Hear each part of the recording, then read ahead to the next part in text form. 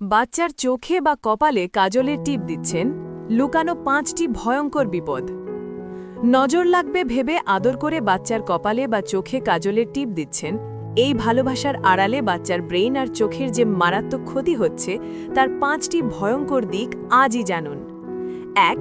Lead poisoning.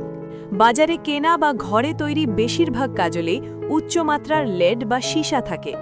এই সীসা skin বা চোখের ভেতর দিয়ে শরীরে ঢুকে বাচ্চার নার্ভাস সিস্টেম আর ব্রেন ডেভেলপমেন্টে মারাত্মক বাধা দেয়। 2. ইনফেকশনের ঝুঁকি। অপরিষ্কার আঙুল দিয়ে বাচ্চার সংবেদনশীল চোখে কাজল দিলে খুব সহজেই কর্নিয়াল ইনফেকশন বা চোখের ভেতর মারাত্মক ব্যাকটেরিয়া ছড়াতে পারে। 3. টিয়ার ডাক্ট ব্লক।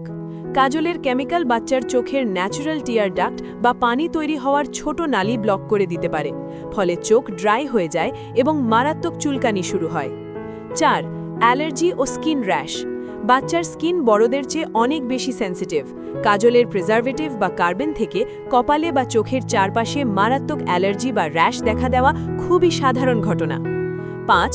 স্মার্ট প্যারেন্টিং বনাম মিথ। মেডিকেল সায়েন্সে নজর লাগা বলে কিছু নেই। বাচ্চাকে ভালোবাসতে গিয়ে তার শরীরে কোনো ক্ষতিকর কেমিক্যাল না মাখানোই হলো আসল স্মার্ট প্যারেন্টিং।